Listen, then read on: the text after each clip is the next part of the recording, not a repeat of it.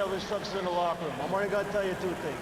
Protect yourselves at all times, and most importantly, obey my commands at all times. Touch gloves, bang the cabell. In recent days, Adrian Broner has flouted the idea of making an honest effort to make weight by tweeting pictures of junk food like Twinkies. He seems to think that he can turn any opponent into a Twinkie. And Escobedo is a pretty good fighter. He's going to try to turn into a Twinkie right now, given his talent advantage and now tonight his weight advantage. I don't think he's going to be able to get away with anything less. Ready, champ. Ready, back up. Let's go.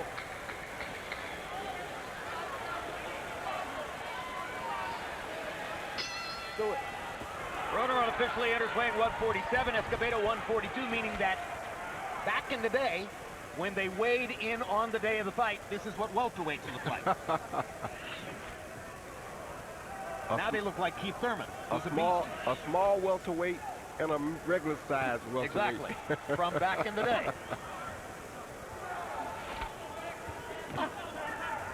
Now, meanwhile, with all the kind of negative attention Broner's gotten for missing weight, you know, here's the good news. You're watching a highly skilled, very athletic, really young, power-punching, rising star in Broner.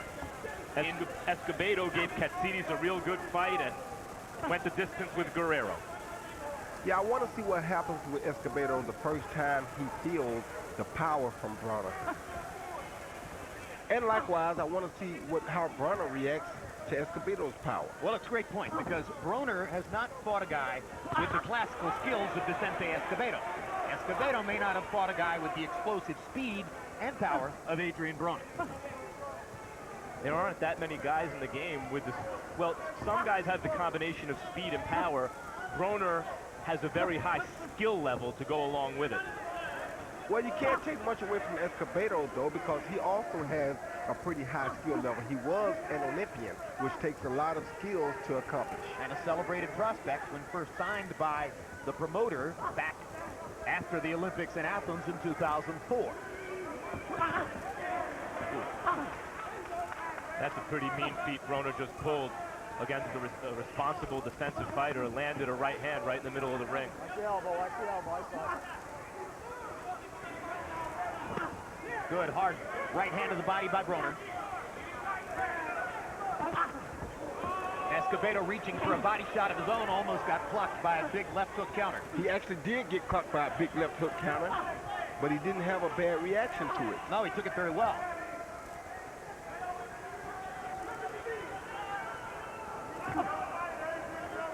Good jab up the middle by Escobedo. Yeah, these guys are throwing really good jabs, and this is how you can tell that both fighters here are pretty well experienced. Both are fighting behind their jabs. Neither is taking any crazy chances in this first round. They're being very smart, very tactful in their attacks.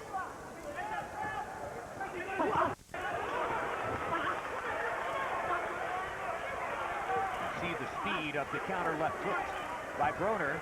That threatens to make Escobedo a little bit shyer about throwing that right hand. We mentioned to you that Vicente Escobedo has a 6-week-old daughter at home. When we get to the between rounds period, we'll take a look. My daughter's name is Milana Sky Escobedo. She was born June 11th. You know, it's been changed my life completely, you know.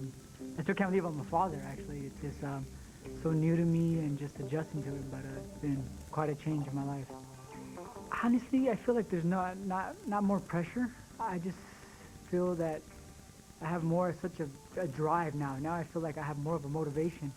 When they announced this fight, it was right about the time when my wife was about to deliver, so there's a lot on my plate, but it's good food. You know, my daughter coming to the world, I got this big title fight opportunity, so definitely want to go out there and win this for my daughter, my family, and myself. But in round one, Broner's greater quickness gave him the advantage as Broner landing 16 of 38 punches by CompuBox count in round one. Escobedo 6 of 39. So they threw virtually identical amounts, and Broner landed more than twice as many, according to CompuBox. I would attribute that, Roy, to Broner's greater quickness. Yeah, I would too, because he's definitely the quicker fighter, and he uses counters after Escobedo would attack him to land the better punches in that round. Broner has his feet splayed wide, Roy. What does that tell you? Well, that's what a great puncher has to do. You got to be able to get leverage, and the leverage comes from those legs being spread apart enough so that you can deliver your punches with precision and power. Does that also explain why he plays defense with a lot of upper body movement as opposed to, you know, moving around on his legs quite as much? Yes, because the legs are so wide that they can't move as quick as you normally would be able to move them if they were closer together. So he uses that torso, that upper torso, as a defensive weapon more so than he does his feet.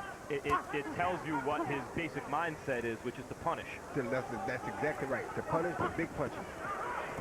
If you just joined us, we're in Cincinnati, Ohio, where local star Adrian Broner, in the blue and white trunks on the left side, is fighting Vicente Escobedo of Woodland, California. Second round of a scheduled 12. Fight was originally scheduled at 130 pounds. It's taking place considerably north of there after Broner lost his title by failing to make weight yesterday. Which he really doesn't care about, because he was going to move up from the weight class anyway. So losing the title was not a bad thing to him at all. If he does everything we expect him to do in his career, he'll have multiple belts. That will not be what defines him. Hard shots like that will. There's a perfect counter right hand, and it moves Escobedo away from an exchange. The hand speed and precision. Escobedo is trying to defend, and he's not a bad defensive fighter, and he's getting hit clean at arm's distance. Escobedo did land a good left body shot in that exchange. It's just that now he's been a little bit too defensive. And as he covers up upstairs, Broner is ripping him with right-hand shots to the body. Yeah, and if he stays in this defensive stance, he's bound to get caught even more.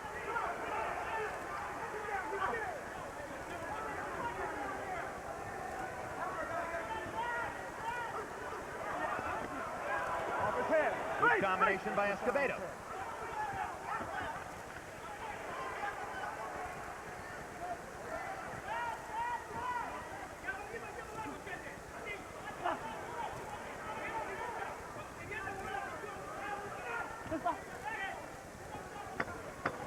Seconds. You got 10. Let's put it out. Left hook to the body landed for Escobedo. Little right to the body as well. Watch the elbow. Escobedo seemed determined in the last 30 seconds of that round to show that he's going to fight back and try to stay even Shorten everything with up, Adrian okay? Broner. It's coming together now, okay? Put them together. Start putting them together and go to the body. You going to the back. Yeah.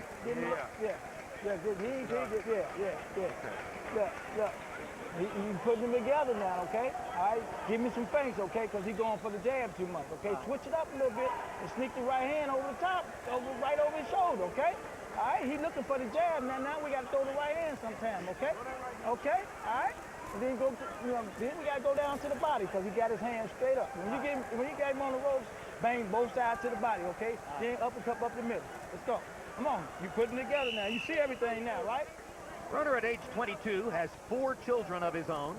They are there arrayed along with his mother in the first row at ringside. Power shots in the second round, Broner 13 of 26. Escobedo 10 out of 25, 40%. So a spirited fight back in the second round by Escobedo, but nevertheless Broner remains in control. As a hometown guy, you do want to try to keep the upper hand here just in case something bad happens, like a headbutt or anything like that. You want to be sure that you're in front on the scorecards in case something does happen.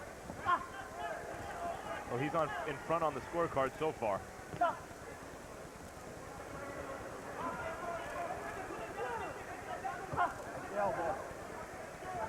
So is the exaggerated lifted left shoulder basically an emulation of the Floyd Mayweather defensive style? Yes, it is. That's just the defensive style that they learned at that era. They were very good at that defensive posture there. So they used that heightened shoulder to protect themselves against the right hand. Does the shoulder roll in any way limit your offense? No, it does not, especially these guys who have been using it all of their lives and been offensive out of it. That's why Adrian has so many knockouts, because he's a great counterpuncher from that shoulder roll. Yeah, it's really a very good defensive posture. I know some would say, well, your hands aren't up, but you're defending against body shots. Your chin is tucked behind the shoulder, and because of the upper body movement, you're not even really giving your opponent the top of the head. Meanwhile, the right hand stays home to block punches. It's a responsible defensive position. Yes, So should every young fighter who has the athletic quality to pull it off try to learn that defense? I don't know if everyone should, because it's very difficult for some fighters, and, well, I won't say it, but, you know, it has its weaknesses too. What are the weaknesses, bro? I ain't gonna say it. It ain't my business to be telling, but it does have its weaknesses. See, this is the style that I had to fight against for so long, so I know that there are a few weaknesses. However, when you fight a guy who's a superior athlete like a Floyd Mayweather or Adrian Broner, it limits the weaknesses, so they don't really have a lot of weaknesses when they do it. Yeah, that's why I posed the question in terms of fighters who have the athletic quality to try it. Ooh. Good left hook by Broner. Now the straight right hand. Escobedo still trying to trade with him from time to time. Yeah, Escobedo landed a good hook too. He just doesn't believe in his punches the way that Broner believes in his.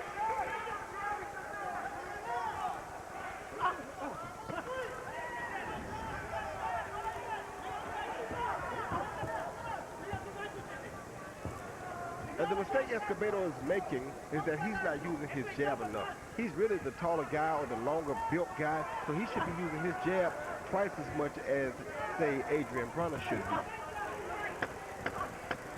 You got 10. But of course, jabs would invite the counter right hand. Broner's just as quick with the right as with the left.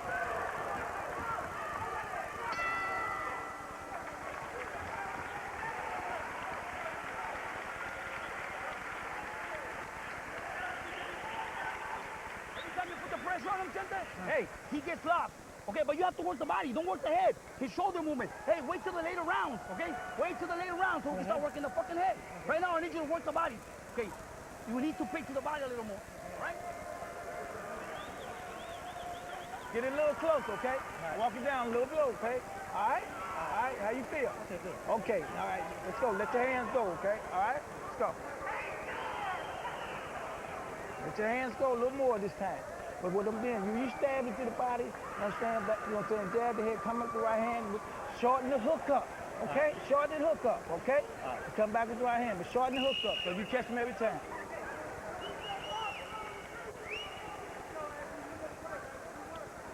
Copy box numbers in the third. Broner, or punches through three, I should say. Broner 62 out of 134, Escobedo 34 of 137. Harold, how do you have it through three? Look at you. 30-27, 3 rounds to nothing. Adrian the problem, Broner. First of all, I'm dazzled by those shoes. I don't believe it. I don't know if it's yellow chartreuse or whatever. Adrian Broner, it's amazing how he scores constantly with that left jab and left hook, you know, because his left hand is across his body like that. But somehow or another, he straightens it out and throws it hard. Look at that. He gets real good snap to it, even though it's across his body. As far as hitting Broner goes, it's the closest thing to impossible.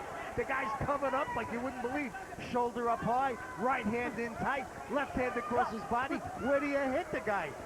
You know, I think Broner's also landing the harder shots. 3-0, Adrian Broner. Truce, isn't that like pink? Harold, do you really think those are pink? Harold, that's neon yellow. And if you had done more surfing or skateboarding in your life, you would have known that.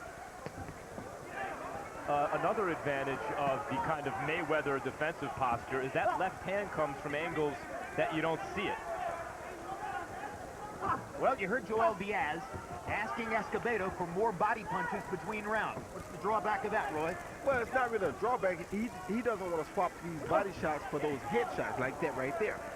He doesn't want to exchange body shots for head shots with a guy with as fast hands as Adrian Broner has. So he's a little bit reluctant to go to the body because he knows that every time he reaches down, he's probably going to get popped up.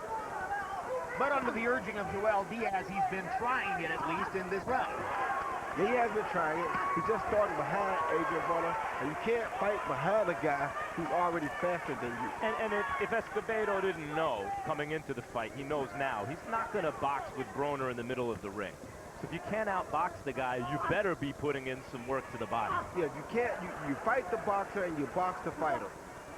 In this case, Escobedo is the boxer who should be trying to fight. I mean, he's the fighter who should be trying to fight the better boxer, which is clearly Adrian Broner. The problem is that Escobedo is basically a pure boxer.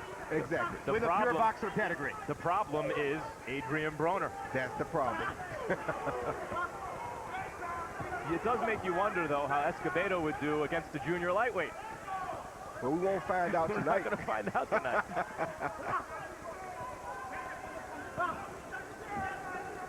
I think also Floyd Mayweather took a lot of criticism from those who prefer a more offensive style throughout a lot of his career, especially his early career. And I think his career has made a lot of observers of the sport, has given them a greater appreciation for this kind of high skill level that Adrian Broner is showing right now. Solid left hooks from both fighters to close the round. Walk him down now. Give me that little blood. Hey, give him some air, man. Give me some air. Give me some air. Give me some air. On August 7th, catch the premiere of Hard Knocks, training camp of the Miami Dolphins. Join us for an all-access look at the Dolphins and first-year coach Joe Philbin as they ready themselves for the upcoming NFL season. August 25, it's the premiere of 24/7 Road to Ward Dawson. Join us for an up-close and personal look at 168-pound #1 Andre Ward and Chad Dawson, the sport's top 175-pounder, as they prepare for their big matchup on September 8th. Okay. You standing too tall. Come on, you gotta move. He's sick. He's sick. Okay. Escobedo's face is gradually being broken up. He had blood in several places when he arrived in his corner between rounds. Roy Jones, let's look ahead just a moment to September 8th. Chad Dawson is giving up 7 pounds in weight to go down and fight Andre Ward. Ward must fight now a guy who's 3 inches taller. Who gets the better of that trade? I think it's an equal trade. For Ward, it's a good situation because he's making the taller guy come down to his weight class. However, though, for Dawson, if it's not a problem for him to make the weight, he still has the better advantage because he's the taller guy. So he'll be able to offend from a lot longer, a lot further distance than Ward be able to offend. Broner is starting to bust up Escobedo's face. Yep. He's bleeding from the nose and the mouth now in the early seconds of round number 5. Well, Broner saw something at the end of that last round. He went to his corner. He told his corner, I'm about to walk him down now. That usually means trouble for the other guy because usually when you say that to your trainer, you feel like he's starting to weaken and it just takes a little bit more pressure and you can possibly get him out of there. You know, the other thing is Escobedo's gotten through some clean jabs and stiff jabs and occasionally a right hand. I believe I've seen a couple, and it doesn't seem to bother Broner. Exactly. That's that extra weight too, but at the same time, you also heard Escobedo in his corner say, yeah, this guy's slick. That's not a good statement coming from a guy who's trying to pull off an upset. Well, I think that Escobedo's confidence may be seeping away in the blood that comes out of his nose and his mouth at this point. Walking him down means eventually hitting him into the corner or along the rope, and that's where Broner has Escobedo right now. Broner still has to be careful, though, because Escobedo is not a bad puncher. And if he can catch Broner, tilt it over with a good shot to the head, it could be bad for Broner. So Gary Rosado telling Broner to keep him up after a body shot wandered low. Escobedo was instructed to go to the body, but it's Broner landing vicious body shots and picking off Escobedo's attempts.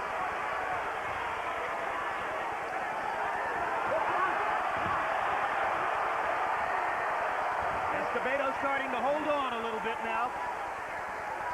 That's that constant pressure, Jim. When you start to walk him down and keep that constant pressure on him, pressure breaks pipes.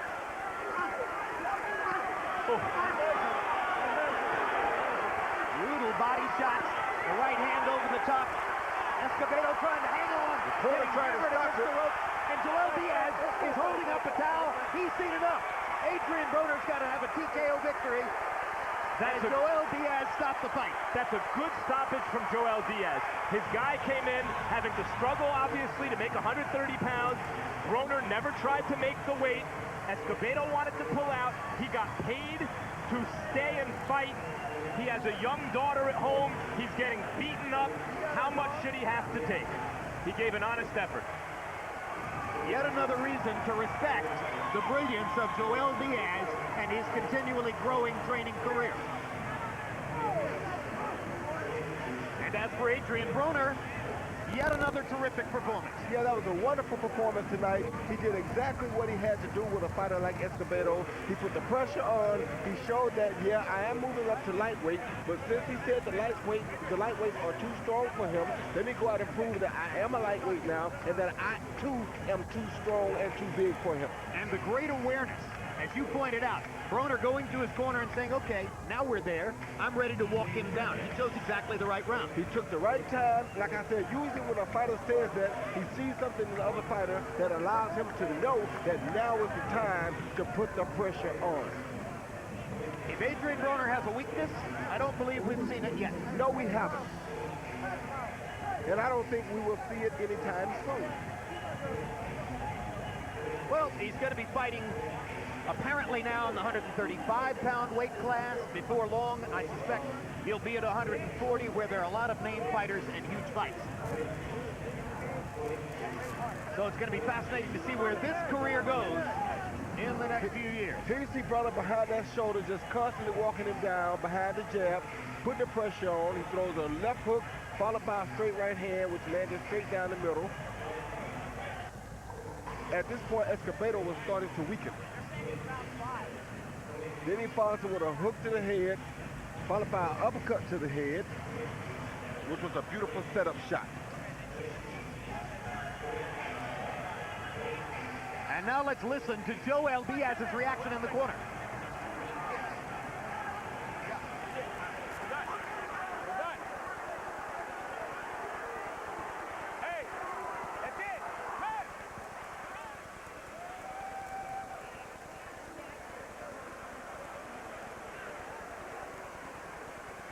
Just couldn't be more impressed with that, Roy. No, you couldn't be more impressed with that because that was a smart decision by both people, by the referee and by Joel Diaz.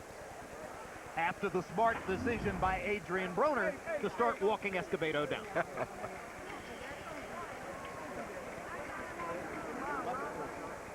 Now let's go to ring announcer Michael Buffer for the official particulars on the TKO. Ladies and gentlemen, referee Gary Rosado calls a halt to the bout. The official time, 2 minutes, 42 seconds, round number 5. The winner by knockout victory, now officially moving to the top of the heap as as a lightweight contender by the WBO. Still undefeated, the pride of Cincinnati, Ohio, Adrian, the Problem